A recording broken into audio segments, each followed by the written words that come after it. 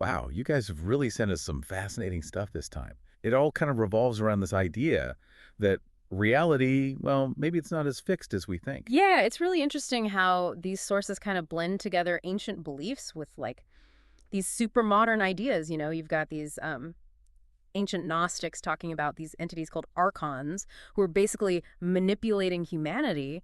And then you see that same idea popping up in modern discussions about algorithms, media control, even stuff like confirmation bias. It's wild, right? Like this weird echo through time. One minute you're reading about ancient texts, the next it's all about uh, deja vu maybe being a glitch in the system. Come on, that's got to make you wonder at least a little bit. Totally. And the source doesn't hold back either. It's not just, feeling kind of vaguely influenced by society. It's saying there might be like a system, a deliberate system designed to like keep us from seeing the whole picture. Okay, so let's break down this whole archon theory a little. The source says these entities, they're messing with our thoughts, our beliefs, basically trapping us in this false reality. Hmm. And they're using our desires, the things we want, as tools of control. Could you give us some historical context here? Like, what were the Gnostics actually saying? So Gnosticism, it was this whole bunch of different beliefs that came about in the early centuries of Christianity. And some of these Gnostic texts, yeah, they did portray the archons as these kind of malevolent forces Hmm. who created the material world as a way to like imprison this divine spark inside humans. Well, divine spark, what's that all about? It's like a core Gnostic belief. They believe that humans, they have this like fragment of the divine inside them, this pure essence, but this truth is like hidden by the material world. And the archons in this view, they're keeping us distracted from that inner potential, trapped in this cycle of desires and illusions. Okay, got it. So how does this ancient idea connect to our world today? Because the source seems to be drawing a parallel between these archons and, like, the systems that influence us now. Exactly. The source is saying basically that the methods might be different now, but the idea is the same. Like, think about how advertising targets our desires, or how social media can, kind of subtly shape our opinions. These systems, they can be really powerful in influencing our thoughts and how we act, even when we don't realize it.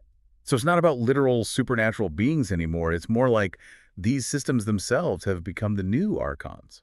That's one way to look at it, yeah. It's about recognizing that, outside forces can influence our choices, even in ways we might not notice right away. It's kind of unsettling, right, to think we might be less in control than we think. Does the source give any specific examples of how this manipulation might be happening in our lives? Yeah, they mention a few things. Like one example is how much emphasis our society puts on material possessions. The source argues that this constant drive to get more, to achieve a certain status, it can actually distract us from like pursuing deeper meaning or connecting with that, divine spark inside. It's like we're stuck on a treadmill, always wanting more but never feeling satisfied. And the source suggests that maybe that feeling, that dissatisfaction, it might be intentional, a way to keep us always engaged in the system, always reaching for something just out of reach. Okay, now that is a little creepy. Makes you think about like your own spending habits, your priorities. What are you really chasing after in life? Yeah, it's a good opportunity for some self-reflection. Do you feel like the choices you're making are really your own? Or are they being, kind of subtly influenced by external pressures, by the programming of the system, so Yeah. to speak? Makes me wonder if I need to reevaluate a few things, honestly. But before we go too far down that rabbit hole, let's move on to the next big thing, the evidence for simulation. Because the source actually presents some examples of what they call glitches in reality. Right, and they use these like little anecdotal stories to suggest that maybe reality isn't as solid and consistent as we think it is. Like, for example, they tell the story of Patricia, who starts noticing these repetitive patterns in her life. Oh, yeah, like the coffee shop line, always having three people, her train being 2 minutes late every day. Huh? It does seem kind of like too perfect? Exactly. And this is where we got to bring in the concept of confirmation bias. When we believe something, our brains tend to focus on and remember things that confirm that belief. And we Yeah. kind of filter out the stuff that doesn't fit. So maybe Patricia was just subconsciously looking for patterns, Hmm. and her brain just kind of highlighted anything that fit, even if it was just random chance. That's possible.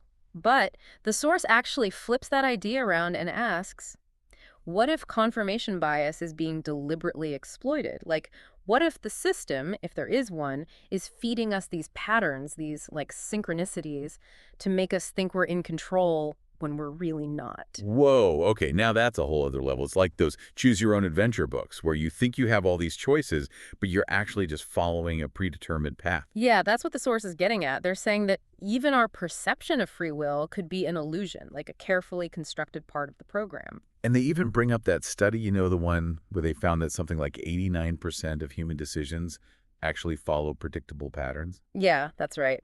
Now, we have to be careful with statistics and all that, but the source uses that study to show that maybe our choices are more influenced by outside factors, by the programming, than we realize. This is getting pretty deep. And then they bring dreams into it, too. What if those, like, super vivid dreams, the recurring themes and stuff, are actually glimpses outside the simulation? Or messages from, well, who knows? Yeah, dreams, they're still a big mystery. But it's definitely interesting to think about how they might fit into this whole idea of a simulated reality. Okay, so we've got these archon entities, these possible glitches, but who's actually running this simulation? Like, what's their motive? Well, the source introduces this concept of the architects, not necessarily evil masterminds or anything, but powerful figures who are shaping our reality, often in subtle ways. Like those city planners they mentioned who design the environment to influence how people act. Exactly. The source takes that idea and blows it up to a cosmic level. What if the whole structure of our reality is designed to nudge us in certain directions, to make us want certain things, prioritize certain values? They talk specifically about materialism as a major tool of control. We're constantly bombarded with messages telling us to buy more, have more, be more. It's hard to escape, honestly. And the source is saying that this could be a way to keep us distracted, keep us focused on the material world, and prevent us from, tapping into our full potential. Which, if we remember, is that whole divine spark thing the Gnostics talked about. Yeah. It's like they're saying we're all chasing these shiny objects when the real treasure is buried deep within ourselves. Yeah, it's a really thought-provoking idea, and it raises questions about how we define success, happiness, fulfillment. What do you think? Do you feel like you're being pulled in different directions? Like there's a conflict between what you're supposed to want and what really resonates with you? I think a lot of people can relate to that. That feeling of being caught between societal expectations and your own inner compass. But this all sounds kind of bleak. If we're just pawns in some cosmic game, what can we actually do about it? Yeah. Well, that's where we get to the concept of personal power, which the source really emphasizes. It's not about feeling powerless or anything. It's about realizing that even in a system that might be trying to limit us, we still have choices. We can question the rules, push the boundaries, and ultimately we shape our own experience. That sounds good, but how does that actually work? Because the source talks about thoughts shaping reality, but that kind of sounds like, I don't know, magical thinking to me. It's not like wishing things into existence or anything. It's more about recognizing that our thoughts create our perceptions, Yeah. right? And our perceptions, well, those influence our choices and our experiences. So instead of just accepting whatever the program throws at me, I can actually participate in creating my reality. Think about it this way. Our brains, they're constantly filtering information, right? Focusing on things that fit with our beliefs and what we expect. And that's where that confirmation bias comes in again. But if we become aware of those filters, those biases, we can start to consciously choose what we focus on, what we believe, how we react to the world. The source uses that analogy of a computer with outdated software. We can choose to update that software, install new programs that support a more expansive reality. It's a great metaphor for personal growth. We can look at those limiting beliefs, rewrite those negative scripts that are holding us back, and we can create new neural pathways that support a more fulfilling life. Okay, so we're not just passive players in this game. We actually have agency, choices. But how do we actually put that into practice? The source mentions doing unexpected things, breaking routines, questioning everything. It almost sounds like they're encouraging us to rebel a little. In a way, yeah. It's about disrupting those programmed patterns, pushing those boundaries of what we think is normal or possible. And the source is suggesting that these little acts of rebellion, they can actually help us break free from those limitations. They also talk about becoming aware of our emotional programming. They say that emotions like fear, anger, desire, all that stuff, it can be used to manipulate us. Right. But it's not about suppressing those emotions. It's about recognizing how they can be triggered and how they can be exploited by outside forces, yeah, but also by our own internal patterns. So instead of just reacting automatically, We can learn to, like, observe our emotions, see where they're coming from, and then choose how we want to respond. Exactly. It's about developing that emotional intelligence, which is so crucial for navigating any reality, simulated or not.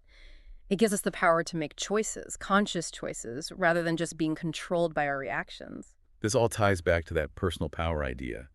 The more aware we become, the more conscious choices we make, the less we're controlled by that programming. The source is saying that our attention, that's our most valuable asset.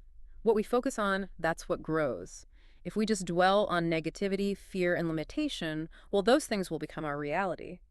But if we choose to focus on possibility, abundance, connection, then we can create a totally different experience. It's like we're holding this paintbrush, and the world is our canvas. We get to choose what colors we use, what images we create. I love that. That's a beautiful way to put it. And it reminds us that even within a system, a system that might feel predetermined, there's always room for creativity, for self-expression, for choosing a path that really speaks to us. Okay, so we've talked about the archons, the possibility of a simulation, this whole idea of personal power. But the source goes even further and connects all of this to quantum physics. I gotta be honest, I'm kind of lost when it comes to that stuff. Don't worry, you're not alone. Quantum physics, it can be pretty mind-bending, even for the people who study it. But what the source is saying is that it might actually hold some clues about the nature of reality and how it could be simulated. They talk about how particles, they don't have, like, definite properties until they're observed. It's like the simulation is trying to save processing power by only rendering the details that are being looked at, right? Right, and that's what's known as the observer effect, one of the most interesting parts of quantum mechanics. It suggests that consciousness, the act of observation, might actually play a role in shaping reality, which, if you think about it, kind of lines up with what the source has been saying about personal power and intention. And then there's quantum entanglement. That's where particles are instantly connected, even across huge distances, right? Isn't that supposed to be, like, faster than the speed of light? Yeah, you got it. It's one of the weirdest things in quantum mechanics, and it suggests that there might be these deeper levels of connection, like a kind of underlying fabric that links everything. And the source actually uses this to back up their claims about, the interconnectedness of all things. They even say that quantum computers, those might be the key to proving that we're in a simulation. The idea is that if our reality is simulated, then it probably has some limits in its processing power, right? And super advanced quantum computers, they might be able to do calculations or generate phenomena that would, like, strain the simulation, and that might reveal its true nature. So we're talking about, like, running diagnostic tests on reality itself. Yeah, in a way. By pushing the boundaries of what's possible, we might uncover glitches or anomalies that point to the underlying code of the simulation. This is getting pretty intense. I need a minute to process all this. But I am curious about the practical side of things. If we are living in a simulation, how can we actually detect it? The source mentions some pretty interesting methods. Right. They propose using a combination of introspection and, physical tools. They talk about becoming more aware of your thoughts and emotions, noticing those synchronicities, paying attention to your dreams. But they also suggest using tools like EMF meters, infrared cameras, even quantum random number generators. Hold on, EMF meters, like the ones ghost hunters use. The idea is that a simulated reality might have these subtle electromagnetic fluctuations that we could detect.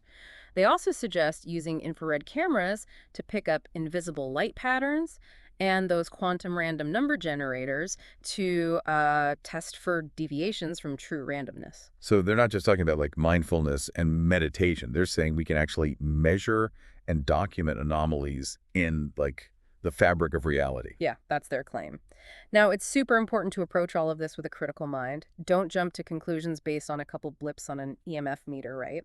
But the source encourages us to be open to the possibility that there's more to reality than we see, and that, we might be able to detect those subtle anomalies with the right tools. They also talk about lucid dreaming again, which we touched on earlier. They say that becoming aware in our dreams can help us become more aware in our waking life, too. The idea is that by learning to question the reality of our dreams, we can start to question the reality of our waking life as well. It's about training our minds to see beyond the surface, to look for that underlying code, those hidden patterns. And they really emphasize documentation, too. Keeping a detailed record of any weird experiences or patterns you notice. It's like being a detective in some kind of, like, a reality-bending mystery. Exactly. The source is encouraging a scientific mindset. Yeah. Gather evidence, look for correlations, test hypotheses. It's about taking a systematic approach to exploring the nature of reality, whether it's a simulation or not. Right, so let's jump back into this. We've talked about the possibility of a simulated reality and the forces maybe manipulating it, and even some tools we could use to investigate it. But like, what happens when we start to see those cracks in the matrix?